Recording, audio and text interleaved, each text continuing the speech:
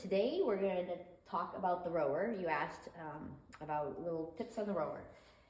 So this is, I don't know what kind of rower you have. This is a Concept 2.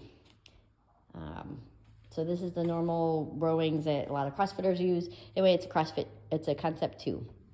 And as you can see, then there is a screen. And on the screen, get this here.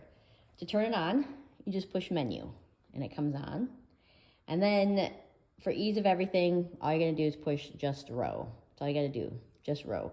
And when the screen comes on, there'll be different displays. Notice this one has calories. Then it goes to meters. This is another screen I don't really use. It has watts, which I don't use as much either. So then we're back to calories. So that's the units. Then the display can show you different things.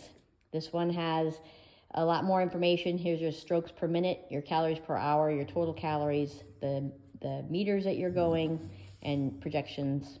This is the screen. When you pull, it'll show you how you're pulling. It's kind of interesting, but won't worry about that right now. You can have a pace boat if you're doing a long one, figure out maybe keeping up.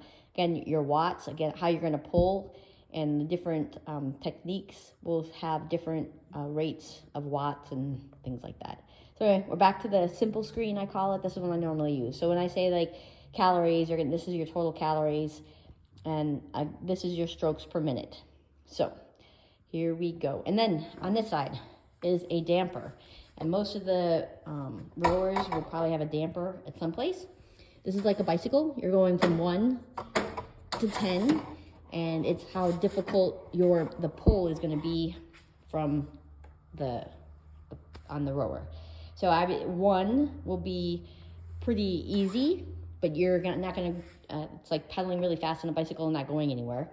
Or this was like 10 is really hard, meaning you really have to pump on that bicycle and it's really hard to get going. But once you're going, you can actually, the less rotations per minute you're gonna need. Kind of like the rower. I like to start off at between like 3 and 4. So that's a good place to start. So set your damper to like 3 or 4. So, and then, get this set up so you can see the whole thing. So when you sit down on a rower, obviously there's going to be some kind of bench that slides back and forth. There's going to be I think I call it a catch, I'm not positive.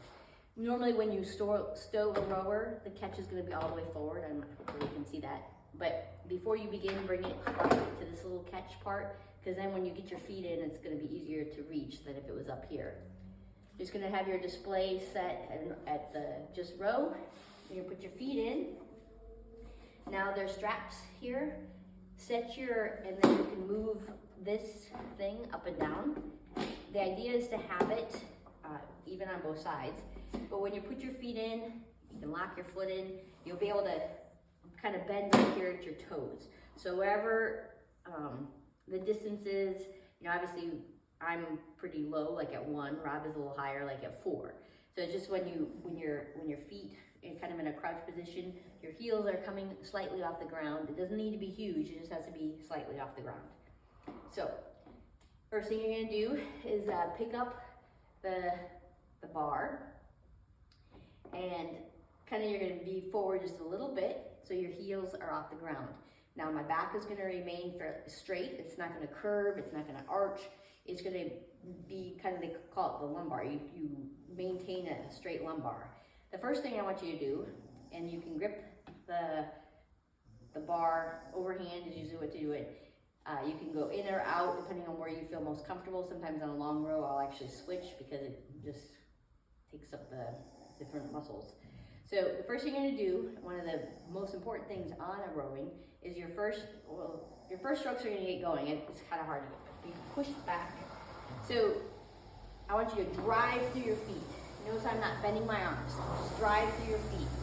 And just get that feeling of driving through your feet. Stopping. So that's your first movement on a rower. Now I want you to add the pull.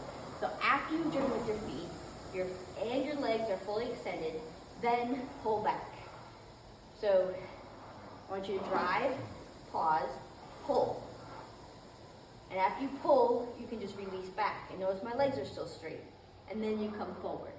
So it's a drive, pull, release, crouch back. Drive, pull, release, crouch back. So those are the 4 different positions. You're gonna get your most power on that first drive because you're using your legs. You know, our legs have a lot bigger muscles than our arms. So I want you to push really far.